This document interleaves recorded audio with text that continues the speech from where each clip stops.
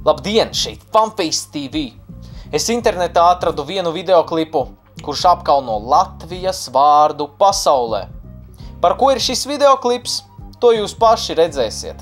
Tas nav nekāds jaunums, ka latvieši ārzemēs, tā teikt, apkauno Latvijas vārdu. Bet ar ko mani uzrunāja šis? Ar to, ka šī ir dziesma.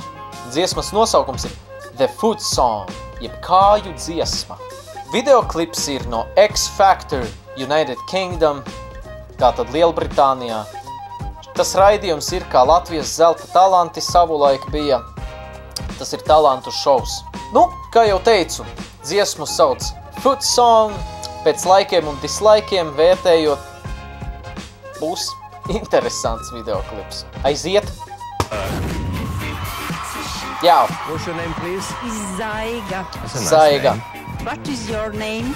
Simon. Viņai būtu jāzina, kā viņu sauc. And you're from where? I'm Latvian. How old are you? I am 44. You look good. Do you work? I am very beautiful woman. I don't need to work. I've met a few of those. Pirmkārt nepareizi pateikts, otrkārt viņa teica, ka viņa ir skaista, tāpēc viņai nav jāstrādā.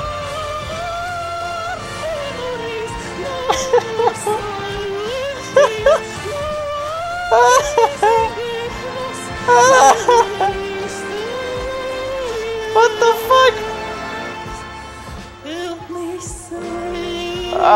Tās seju izteiksmes.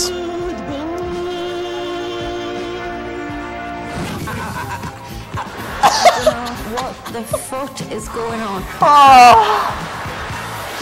No. No.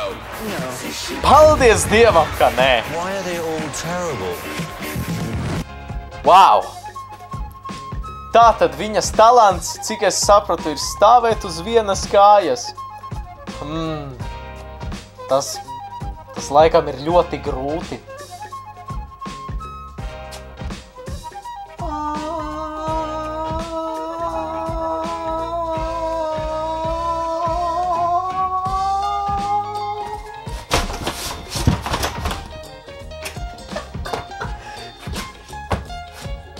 Kas ir? Tas ir pats talants! Bet turpinot pie šī videoklipa, jāpalasa, ko tad raksta komentāros.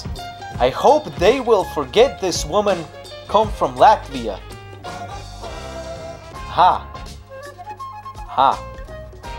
Paldies, Latvija! Kam dēļ Latviju pieminēt? Proud to be Latvian! Nu, rupjības es nelasīšu.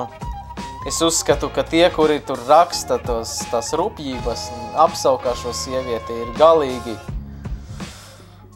Ļauni cilvēki jūs esat. Neviens nav pelnījis, lai viņu nomelno. Apsaukā ar sliktiem vārdiem. Nu ko? Bet ja jums patika, spiediet like. Ja jums nepatika, nu, piedodiet man. Ejiet ravēt! Neaizmirsiet padalīties ar šo videoklipu, ielikt draugos Facebookā, Twitterī. Parādiet visiem latviešiem, lai zina, kas notiek ārzemēs, ko. Bet mēs tiekamies jau nākamajos videoklipos. Peace! Šis ir Kaspars, ja kas.